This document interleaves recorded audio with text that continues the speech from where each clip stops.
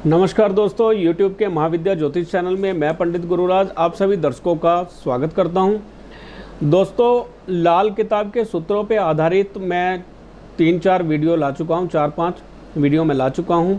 आप वीडियो को देखें और उनके जो सूत्र हैं उनको कुंडलियों पर अप्लाई करके देखें और मुझे कमेंट करें कि क्या ये सूत्र वाकई फिट बैठते हैं। लेकिन कमेंट करने से पहले आप देख लें कि जिस ग्रह का भी आप फल पढ़ रहे हैं या देख रहे हैं वह ग्रह वास्तव में उसी खाने में है जहां पर हम बोल रहे हैं। हम कह रहे हैं खाना नंबर 6 में बैठे हुए शनि ये फल देते हैं, तो आप चलित कुंडली में भी देखें कि क्या शनि खाना नंबर 6 में ही पड़े हैं या खाना नंबर 6 को छोड़कर 7 में चले गए हैं या 5वें खाने में चले गए हैं। तो एक तो ये चीज़ आप अवश्य देखें। दूसरा, कुछ लोगों को गलती लगती है, मैंने अक्सर मुझे लोग कुंडलियां दिखाते हैं फ़ोन में, तो मैं उनको बोलता हूं खाना नंबर 6 में पड़े हुए ग्रह को देखें, तो वो कई बार खाना नंबर 6 को छोड़ के राशि नंबर 6 में पड़े हुए ग्रह को बोलने लगते हैं। तो आप ध्यान रखें, खाना नंबर 6 का मतलब है लगन से एंटी क्लॉकवाइज गिनती करते हुए आप क्रमवार देखें कि लगन खाना नंबर 1 है, तो यहाँ से अगला खाना एंटी क्लॉकवाइज खाना नंबर 2, उसके बाद 3, फिर उसके बाद 4, 5, 6, 7, 8, 9, 10, 11 और 12, इस प्रकार से खाने क्रमवाइज होते हैं। वैदिक कुंडली में हम राशियों को प्रधानता देते हैं, यहाँ पे हमने भाव को प्रधानता देनी है, खाना नंबर को प्रधानता देनी है, राशि नंबर नहीं देखना है। तो आज मैं लाल किताब के 15 सूत्र लेकर आया हूँ। मेरे पहली वीडियो आपने बहुत पसंद की, जो मैंने सूत्र बताए थे। पहली वीडियो में मैंने 20 सूत्र बताए थे, उसके बाद मैंने 21 सूत्र बताए, उसके बाद मैंने 26 सूत्र बताए, फिर मैंने 10 सूत्र डाले अपने वीडियो में। और आज मैं लाल किताब के 15 सूत्र लेकर आया हूँ और ये भी सूत्र पहले के ही भांति बहुत कारगर हैं, बहुत इनका जो रिजल्ट है बिल्कुल 100% मिला है, यानी ये हमेशा सत्य साबित हुए हैं और बहुत ही महत्वपूर्ण नियम हैं, ये सूत्र हैं। तो आज जो मैं सूत्र बता रहा हूँ वो 15 सूत्र लाल किताब पे आधारित हैं। तो पहला नियम क्या है, पहला सूत्र क्या है कि यदि आपकी कुंडली में बुध पंचम भाव में बैठे हैं, आप पंचम भाव ध्यान रखें, लगन से एंटी क्लॉकवाइज गिनती करते हुए 5वां खाना, यदि आपकी कुंडली में बुध पंचम भाव में बैठे हैं, शुक्र खाना नंबर 6 में बैठे हैं और शनि सूर्य को देखते हुए हों, शनि सूर्य को देखते हों, तो प्यार जो है वो नानके में हुआ करता है। यानी प्रेम मासी की लड़की से, फूफी की लड़की से या मामा की लड़की से हो सकता है। एक बार फिर से सुन लें, यदि बुध पंचम भाव में हो, शुक्र खाना नंबर 6 में हो और शनि देव सूर्य को देखते हों, तब प्रेम यानी प्यार नानके परिवार में हो जाता है। यानी मामे की लड़की से, मासी की लड़की से, फूफी की लड़की से प्यार होता हुआ देखा गया है। अगला सूत्र आप देखें, यदि आपकी कुंडली में केतु खाना नंबर 3 में पड़े हुए हैं तो आपके पैरों को चक्कर रहेगा, यानी एक बार में आपका कोई भी कार्य सिद्ध नहीं होगा और 3 का अंक आपकी लाइफ में बहुत ज़्यादा आएगा। यानी जब कभी आप मित्र होंगे तो 3 मित्र होंगे, अगर खाना खाने बैठे होंगे तो अचानक से इत्तेफाक से 3 रोटियां सामने आ जाएं या 3 कप सामने आ जाएं या लास्ट में 3 बिस्किट बचें, ऐसा अक्सर देखा गया है। यानी 3 का महत्व देखा गया। उनके घर में कई बार 3 खिड़कियां होती हैं और कई बार 3 भाई होते हैं, वो लोग 3 बहनें होती हैं। इस प्रकार 3 के अंक की महत्ता देखी गई है। अगर खाना नंबर 3 में केतु पड़े हैं तो खाना नंबर 3 में केतु हो तो कई बार रीढ़ के दर्द, रीढ़ की हड्डी में दर्द, पैरों के दर्द, कान के दर्द और फोड़े फिंसी भी होते हुए देखे गए हैं। तो इसके उपाय के लिए आप कर सकते हैं, कान में एक तो सोना धारण करें और लोहे की एक गोली पे लाल पेंट करके वो भी पास में रख सकते हैं केतु के बुरे प्रभाव से बचने के लिए। अगला नियम है, यदि आपकी कुंडली में सूर्य पंचम भाव में बैठे हों और बृहस्पति दसम भाव में बैठे हों, सूर्य पंचम भाव में और बृहस्पति अगर दसम भाव में बैठे हैं तो पुत्र संतान बहुत देरी से होती है और कई बार पुत्र संतान उत्पन्न ही नहीं होती।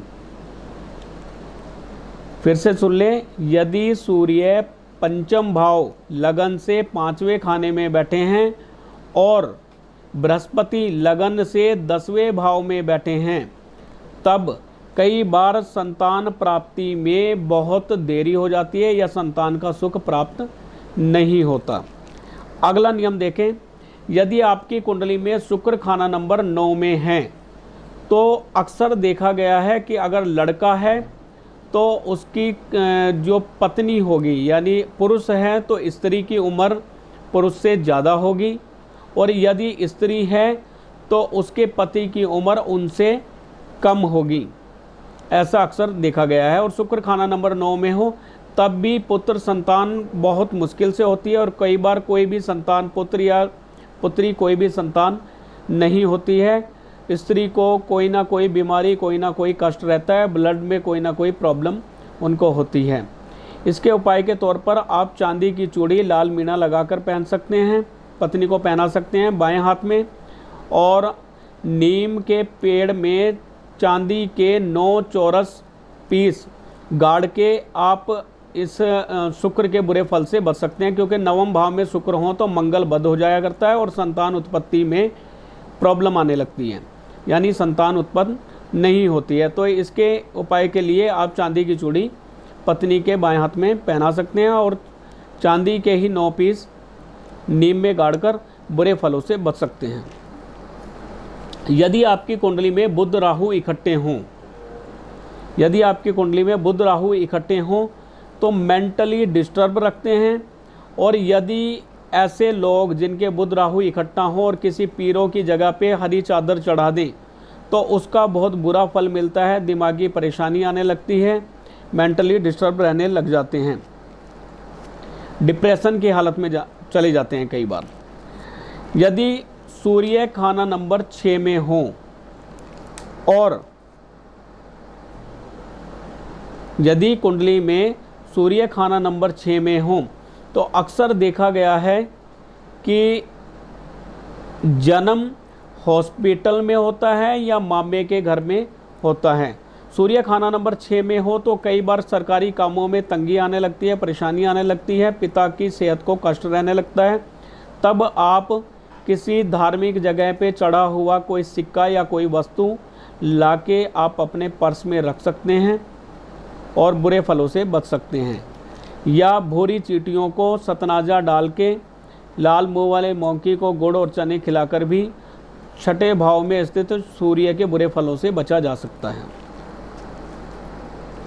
यदि आपकी कुंडली में शनि देव मकर या कुंभ राशि के हों तो पुत्र पिछले जन्म में पिता हुआ करता है, यानी जो आज आपका जो बेटा है वो पिछले जन्म में आपका पिता हुआ होगा। अब इसके कोई सबूत तो नहीं है, लेकिन ऐसा बताया गया है और उसमें कुछ चीज़ें ऐसी निकल के आती हैं, व्यवहारिक तौर पे देखने के लिए मिलती हैं। ऐसा लगता है कि जो बच्चा आज आपका बच्चा है वो पिछले जन्म में बाप था, यानी उसकी हरकतें कुछ ऐसी होती हैं, और ये बात भी बिल्कुल सत्य है।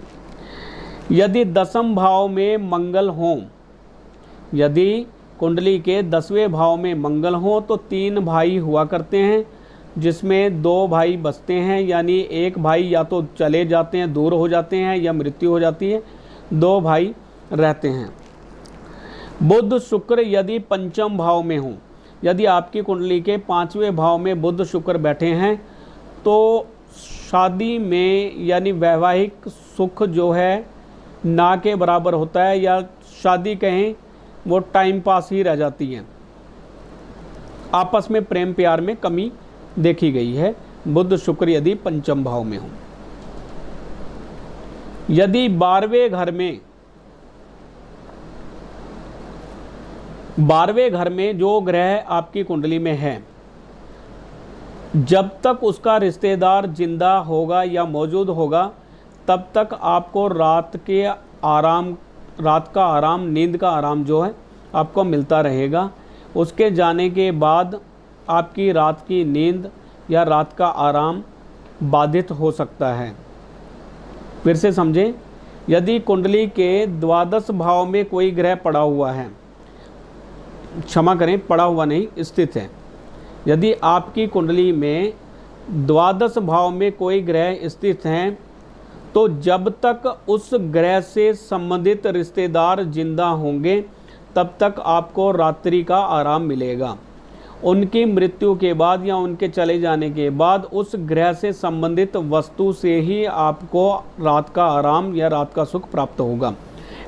उदाहरण के तौर पे, यदि आपकी कुंडली के द्वादश भाव में बृहस्पति हैं, 12वें भाव में यदि बृहस्पति हैं, तो पिता और दादे के होते हुए रात का आराम आपको मिलेगा। उनकी मृत्यु के बाद आपको बृहस्पति की कारक वस्तु यानी केसर किसी पुड़ी में बांधकर अपने सिरहाने रखना चाहिए, ताकि आपको रात का आराम मिलता रहे। इसी प्रकार यदि चंद्रमा द्वादश भाव में 12वें भाव में है, तो माता के होते तक आराम मिलेगा। माता के जाने के बाद रात की नींद आपकी खराब होगी, रात का आराम मिलने में समस्या होगी। तो चांदी की कोई वस्तु आप सिराने रख सकते हैं, चांदी का कोई चौरस पीस रख सकते हैं, या जल रख के आप रात की जो नींद है अच्छी तरह से ले सकते हैं, रात का आराम प्राप्त कर सकते हैं।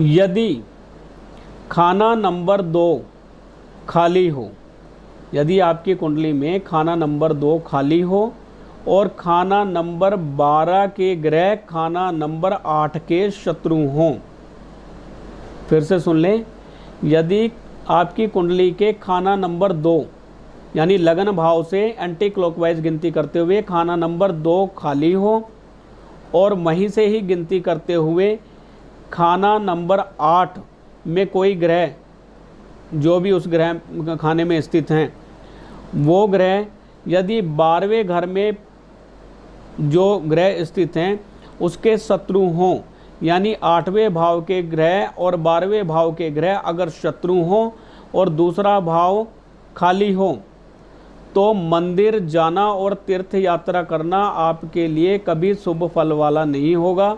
हमेशा आपके भाग्य में कोई कमी करेगा या आपको नुकसान देता दिखाई देगा।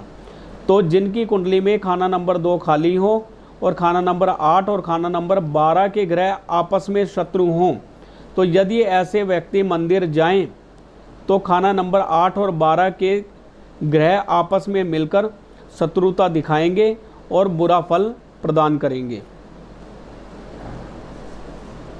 यदि आपकी कुंडली में खाना नंबर 11 में 8 का खाना नंबर 8 में जो ग्रह हैं उनका शत्रु यदि खाना नंबर 11 में स्थित हैं, खाना नंबर 8 में जो ग्रह हैं उनका शत्रु यदि खाना नंबर 11 में स्थित है, तो खाना नंबर 8 का कोई भी बुरा प्रभाव खाना नंबर 8 के अलावा कहीं नहीं जाएगा।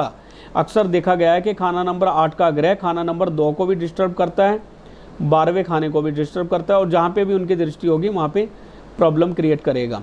तो यदि आपकी कुंडली में ऐसा है, तो अगर 11वें खाने में कोई शत्रु ग्रह बैठ जाए, खाना नंबर 8 का शत्रु ग्रह खाना नंबर 11 में बैठ जाए, तो 8 का बुरा फल 8 में ही दफन रहेगा, उसका बुरा प्रभाव खाना नंबर 12 या खाना नंबर 2 में नहीं जाएगा।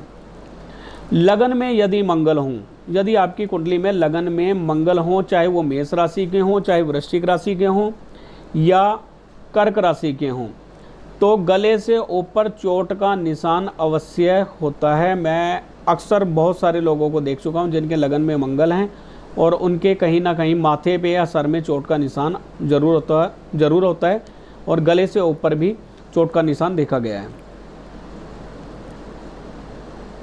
यदि आपकी कुंडली के नवम भाव में सूर्य देव पड़े हों, अगर आपकी कुंडली में 9वें भाव में सूर्य देव पड़े हैं, तब किसी संदूक में या किसी अलमारी में पीतल के बर्तन बंद करके रखे गए होते हैं।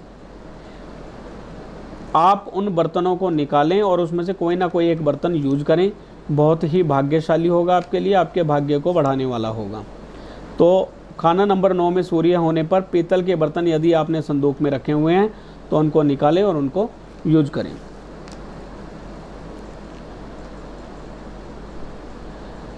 यदि खाना नंबर 3 में पापी ग्रह हों, खाना नंबर 3 में पापी ग्रह हों, यानी राहु, केतु, शनि आदि, सूर्य आदि कोई ग्रह हों, और खाना नंबर 6 और 8 दोनों ही बुरे फल के हों या उनमें बुरे ग्रह पड़े हुए हों, दोनों में या किसी एक में भी, तो भी मौत नहीं तो मौत का बहाना हो जाया करता है, यानी शारीरिक कष्ट आने की संभावना होती है और कई बार मृत्यु तुल्य कष्ट भी देखा गया है। फिर से सुन ले, खाना नंबर 3 में अगर कोई अशुभ ग्रह वर्षफल में आ जाए, चाहे वो गोचर में आ जाए, चाहे आपकी जन्म कुंडली में हो, खाना नंबर 3 में अगर कोई अशुभ ग्रह है और खाना नंबर 8 और खाना नंबर 6 भी उसी वक्त अगर बुरे फल वाले हो जाएं, तो मौत नहीं तो मौत का बहाना जो है ज़रूर खड़ा हो जाता है, यानी मृत्यु तुल्य कष्ट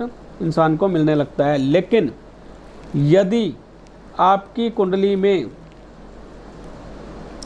12वें घर में कोई ग्रह हो, यदि आपकी कुंडली के 12वें भाव में कोई ग्रह पड़ा हुआ है, तो खाना नंबर 3 में पड़े हुए बुरे ग्रह का भी बुरा फल आपको प्राप्त नहीं होगा। वो खाना नंबर 3 के बुरे फल को वहीं पे रोक देगा, यदि 12वें खाने में कोई ग्रह हो तो।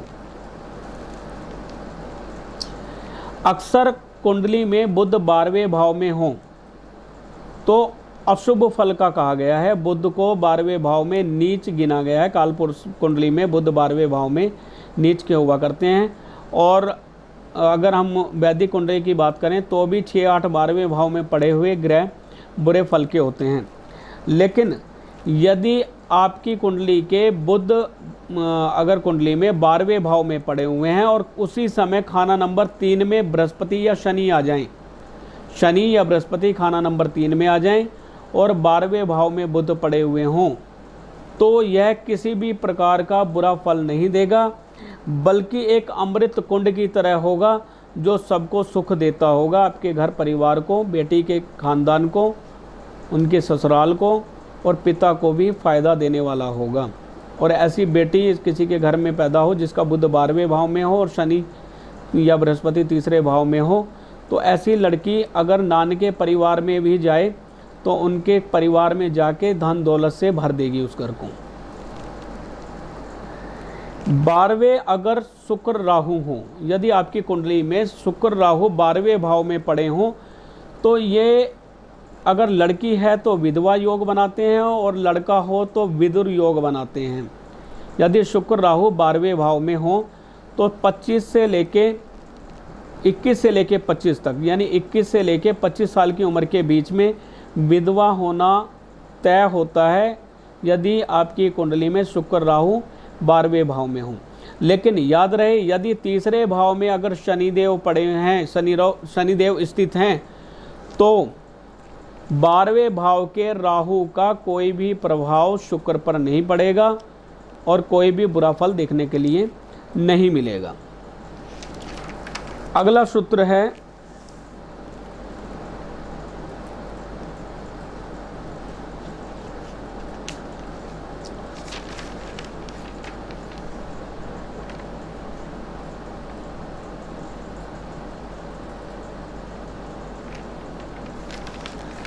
ये सभी सूत्र मैंने अपनी डायरी में नोट किए हुए हैं और बहुत मेहनत करने पे मैंने ये सूत्र ढूंढे थे। तो एक सूत्र और मैं आपको बता रहा हूँ, यदि शुक्रदेव खाना नंबर 2 में हो, यदि शुक्रदेव खाना नंबर 2 में हो और खाना नंबर 8 खाली हो, तो भी पुत्र संतान प्राप्ति में बाधा आने लगती है, यानी पुत्र संतान बहुत मुश्किल से होती है। और एक चीज़ मैं बता दूं, यदि आपकी कुंडली में चंद्रमा खाना नंबर 2 में है और आपने घर के अंदर घंटी, त्रिशूल, डमरू, रुद्राक्ष, शिवलिंग, सांप, सिप्पियाँ, शंख आदि रखे हुए हैं तो भी संतान प्राप्ति में बाधा आने लगती है। और अगर आपके घर में मूर्तियां हैं तो मूर्तियों को हटा दिया जाए, शंख, त्रिशूल, डमरू, रुद्राक्ष हटा दिए जाएं। और आप फ़ोटो के लगा सकते हैं, फ़ोटो चाहे जितनी मर्जी बड़ी हो उसका कोई दोष नहीं लगेगा। पेपर पे बनी हुई फ़ोटो हर तरह से आपके लिए फ़ायदेमंद होगी। कुछ चीज़ें, कुछ ग्रह के बारे में मैं आपको और बता दूं। यदि आपकी कुंडली में लगन भाव में राहु हों और वर्षफल में भी या गोचर में भी राहु लगन में आ जाएं तो कई बार ऊपरी बाधा होने के योग बन जाया करते हैं। तो यदि अगर आपकी कुंडली में लगन में राहु आ गए हैं या वर्षफल में भी राहु लगन में हैं या गोचर में लगन में हैं तो आपको अपने आप को चेक करा लेना चाहिए। ऊपरी बाधा होने के संभावना बहुत ज़्यादा है और कई बार सेहत को लेके कष्ट आने लगता है। बुखार, कई बार बहुत तेज़ बुखार आने लगता है और बुखार कई दिनों तक उतरता नहीं है अगर लगन में राहु हो। तो यदि अगर ऐसा होता है तो आप 100 ग्राम जौं लें, उसको गौमूत्र से धोकर लाल कपड़े में बांध के रख दें, बुखार तुरंत उतर जाएगा। नहीं तो थोड़े से जौं लेकर गौमूत्र से धोकर जल प्रवाह कर दें तो भी बुखार तुरंत उतर जाएगा।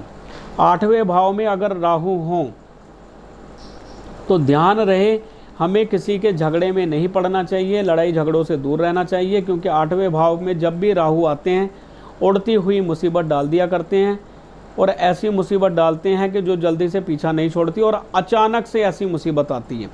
राहु 8वें खाने में अचानक के करता धरता है, कई बार अचानक मृत्यु तुल्य कष्ट दे देते हैं, अचानक कोर्ट कचहरी झगड़ा खड़ा कर देते हैं, अचानक जेल यात्रा करा देते हैं। तो अष्टम भाव में अगर राहु हैं तो 100 ग्राम के 8 राहु यंत्र जल प्रवाह करके आप राहु के बुरे प्रभाव से बच सकते हैं।